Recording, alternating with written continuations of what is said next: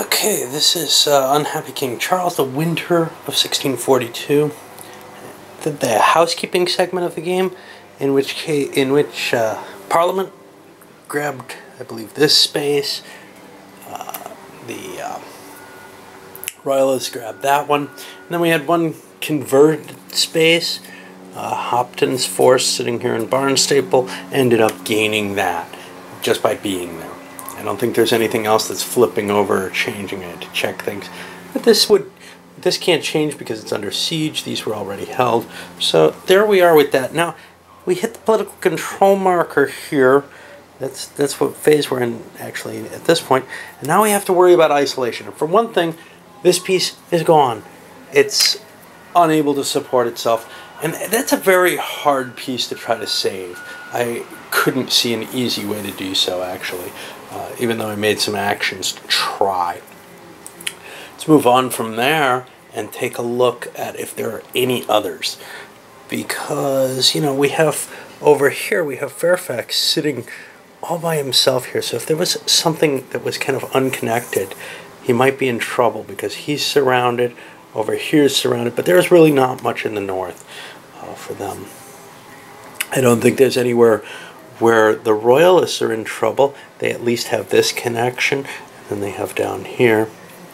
For the parliamentary, well, these are both okay. And most things look like they're connected to something. These guys swing back to Massey here. We've got that everywhere. So that's good. Now we're going to hit the recruitment phase, and I'll come back after thinking about that. I don't want to do all my thinking on camera. In fact, I want to do as little as possible on camera. I've already thrown the strategy cards out to people. I'm not looking at them at this point. In the first turn, you actually have the opportunity to look at your strategy cards to make these decisions. But after that, you don't get them until later. Okay, placement choices weren't too hard for the parliamentaries. Trying to remember where I ended up putting them. Get this wonderful morning radio blasting from the construction around me. Massey over here took one. That's to prevent the difficulties or reduce that Brereton got himself into. I don't want to lose these guys. But I also dropped one on Essex, which is kind of weird. I keep forgetting about this unit he has here in London, these trained bands, but if he picks them up, he's taking London's garrison away, and that's kind of risky, especially since I've just bolstered him up to 3 units, so I don't really want to grab that unit unless I need it. And then the final one was over here, Bedford, and he can pick up because he's in a recruitment area, and he grabbed a southerner, actually a veteran unit. Now, for the Royalists, I had a harder choice. For one thing, because they have that extra elite unit. But when I look on the board, there's only one guy, Newcastle, sitting in a recruitment area. So he's the only leader who could pick anything up. Now, the Earl of Manchester is not on the board yet. I don't know who or what he is. We got Manchester here. But I don't see a Manchester card. And I don't know who he is. It's Cavendish. No, Cavendish is Newcastle.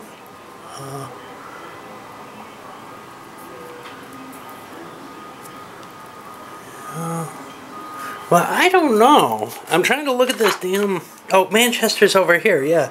He's Eastern. Okay. Alright, great. He's a parliamentary leader. Okay. I thought maybe he was a royalist. Or I was convinced he was a royalist. You know, he's got a title, right? Yeah, a lot of the parliamentaries had titles as well. They were fighting for the ancient rights of their titles. Sort of, kind of. Okay, so in addition to Newcastle, I dropped troops with Derby and over here, both from the Midlands. In a sense, I kind of like that because it starts to allow me to pump through a set and get to the veterans.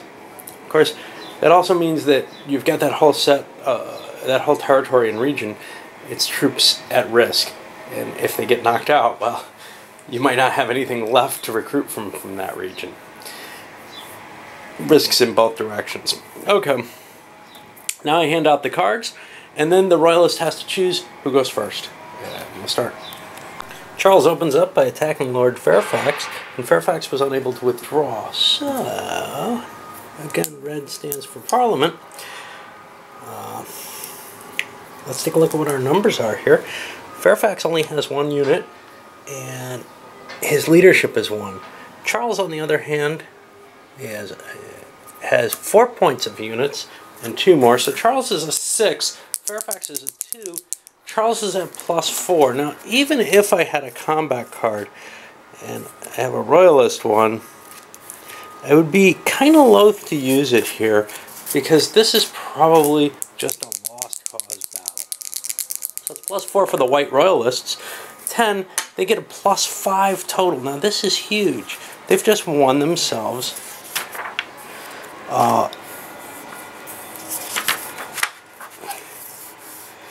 a major victory. I had to remember, not a decisive because they didn't play a card. You have to play a card to get the decisive. What this means is 2 brigades lost for Fairfax. Well, he's only got 1. Hey, it's gone. Fairfax is now unemployed. It goes here. And this Manchester flips. Now, we're not at the point where there are possible turncoats yet. So there's no issue there. Anything else happen? Well, yeah. There's the additional bonus where a winner of a major draws a strategy card from the deck. This is a bonus card. At this point, the royalists are up 2 cards, not just 1. So they could actually end up with 2 ace in the hole cards. And they have a kind of nice one. I feel like the royalists probably want to play, and even their ace in the hole card, fairly early in the game, because this is the time when it's easiest for them to pull off a victory. They can try to starve out the parliamentary. Anyway, let's go on to the parliamentary player. But we had a quick success there for Charles. Well, the parliamentarians have just the card to handle this. Empty treasury. They can randomly remove 2 royalist strategy cards if available. Powerful, powerful move here in terms of trying to counteract this flow. 1, 2, 3. I've got 6 cards here. I'm going to roll once for each of the royalist cards. And that will be number 4 and number 6 are just randomly pulled. Now, one thing to notice, the ace in the hole card didn't get included in this roll-off. Why? That card's actually protected. As long, it's not entirely part of his hand. That was something I looked up. Ooh, 2 nice cards here. Additional strategy card, which would have been really cool. And then that major campaign they just picked. That major campaign that they had to play immediately. Crap.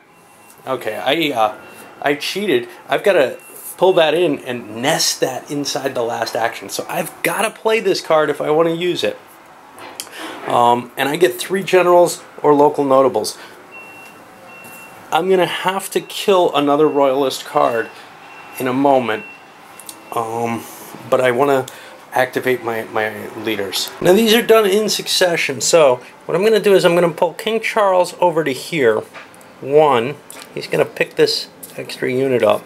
Still leaving something with Derby, which I'm not sure I really want to do. But I don't have a lot of great choices here. So that's 1. He's still got 4 movement points total, though, because he's still 3 or less. So 1, 2, 3. Now here's the thing. This space isn't terribly important to siege. It can provide some openings, but it's not going to provide support anywhere. So now the question is, do I just want to flip a space, or do I want to push forward? I'm going to actually flip the counter in this space because I have some other movement cards. Let me see what else I have in hand. Yeah, I don't have much that can move Charles. But I'm going to flip this because if I can move, I can go up and deal with Willoughby. Alright, now, for the second action, I'm going to activate my good buddy Rupert here. Rupert's got a siege going on. He's going to roll a die to bombard, but he's got a -2 because it's a local notable there. Brereton has no troops, so that doesn't affect anything. So he accumulates 1 siege point. He needs to collect 4 in order for Brereton to surrender. And you're kind of at this point saying, wow, do you really want Rupert there? Well, yeah, because he can be activated with a 1-point card. Now comes the tough question. Bedford's here. I defeated Bedford before. Can I defeat him again? Or do I want to get Newcastle moving down? It's a good question, really. I'd love to take Hull, but Hull's a big city. Newcastle doesn't have enough troops yet to handle Hull. So I'm going to hold off with him. And what I'm going to do is I'm going to move down here. 1, 2. Grab Bridgewater. Now this kind of precludes me besieging that fort, but that's okay. I can bypass that. It's not a supply source. Now the question here, though, is did Bedford want to try to... Yeah, Bedford's going to try to intercept that. He thinks he's bigger than Hopton. He's got a 1-point penalty, so he needs a 5 or 6. He doesn't get it. So that's 2. Now Hopton's going to slam down and hit Bedford here. And Bedford's happily going to take that fight. Neither side has combat cards for the right side. They're all parliamentary. So, let's count the points. Bedford has 4 strength points, and this is one of the problems with me walking away from the game the way I do. I don't remember how big these people are. Hopton's only got 2 strength points. So actually Bedford, with the parliamentarians, has a +1 advantage. And I didn't realize that. I knew that he got to recruit where Hopton didn't, but I had forgotten. C'est la vie. I make more mistakes playing solitaire, that's all. Okay. So basically an even off fight. Both sides have to lose a veteran. Bedford has one. And Hopton certainly has one. Hopton's become unemployed, though. And this is a problem. Hopton's just lost the sole royalist power over here in Cornwall. And in fact, really in the south. That's going to be a difficulty. They didn't really want to fight that battle. Okay, so that's the end of this nested card. Now, I pulled one. I've got to take a different one of the, and it's going to be really hard for me to remember that nesting. I've got to kill another one of these.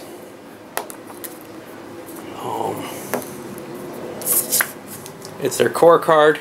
It also gets discarded. So now the royalist hand is looking kind of weak, isn't it?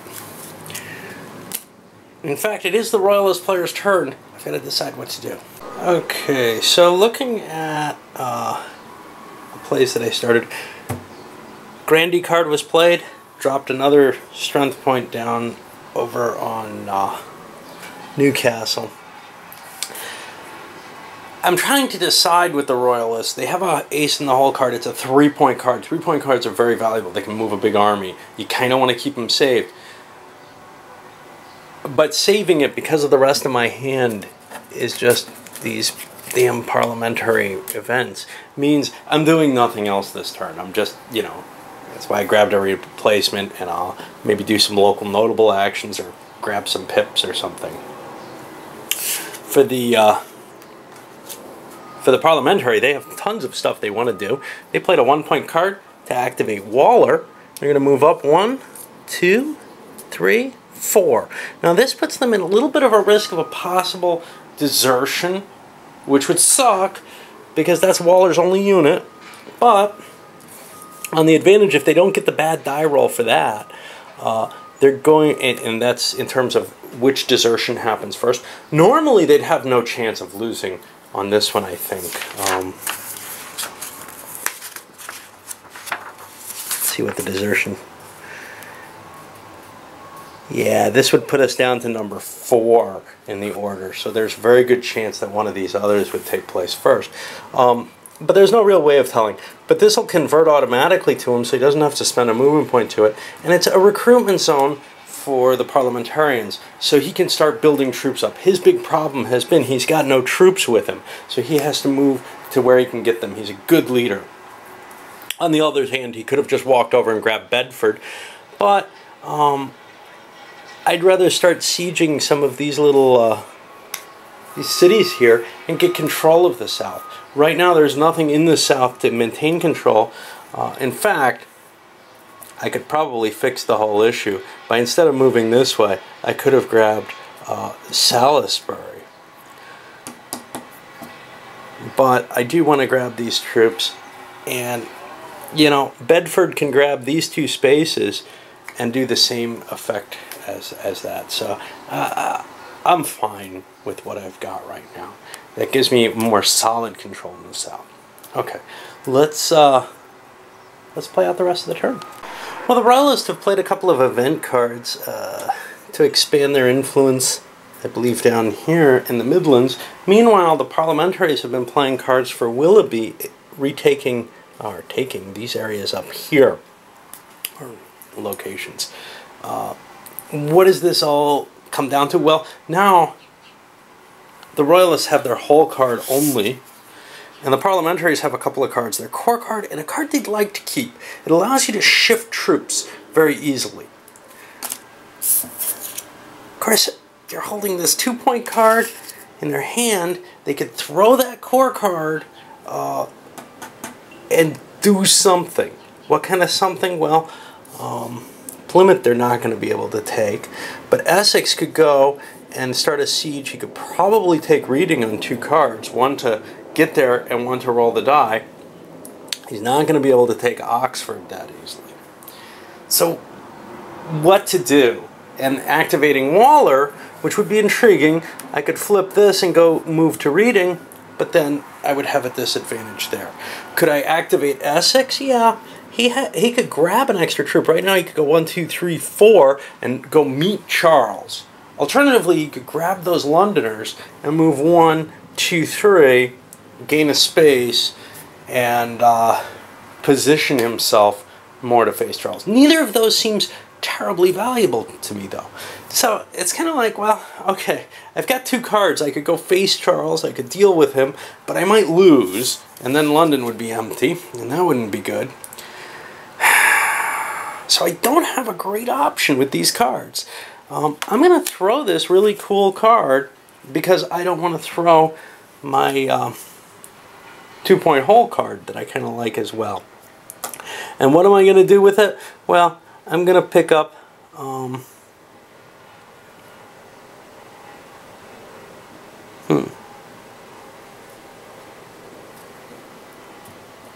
I could grab this space, that cuts all this out,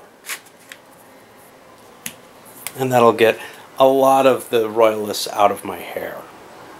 The Royalists can't do anything. I've still got to play another card with the parliamentary. I've got this 2-point core. I've got to use it. Bedford could get moving. He doesn't have anywhere terribly he wants to go. He wants to hit over there. So you know what? I'm going to use this for points again. So let's look for someone I want to convert.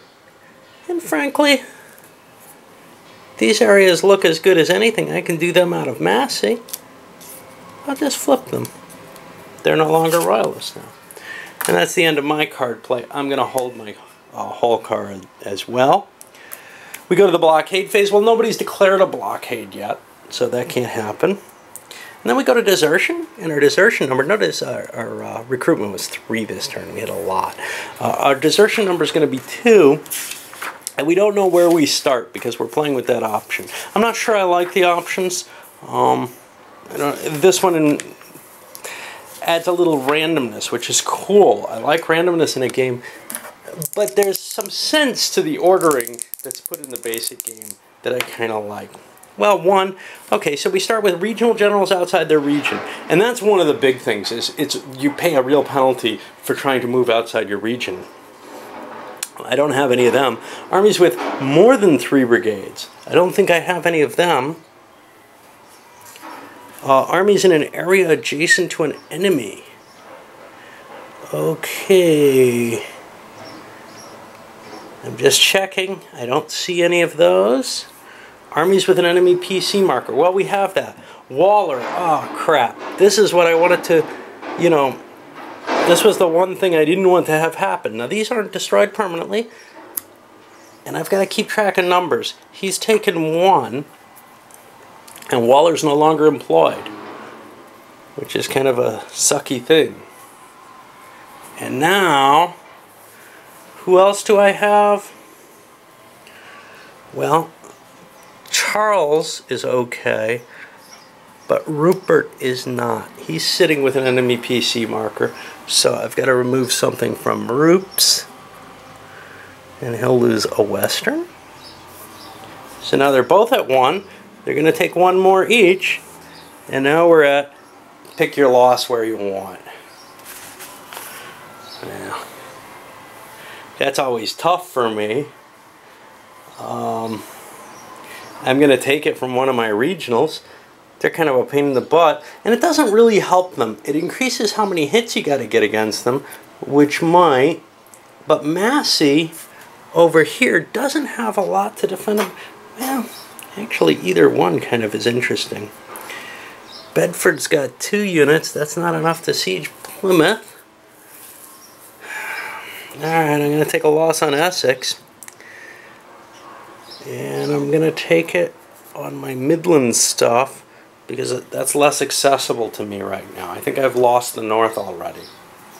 Alright, so that's my second. We got a Royalist second we got to take. And Derby is the obvious choice here, or Newcastle. Either one works. Except Newcastle probably should have a Royalist unit with them. Alright, I'm going to drop it off Derby. I don't think he's terribly useful to me right now there. Okay, and nobody's got 5 or more. Nobody's built a big army. Power base count? Alright, sure, well look, it's 14 and 15. I'm pretty sure the parliamentaries are still okay. And the Catholics are still going to be okay until they lose the South.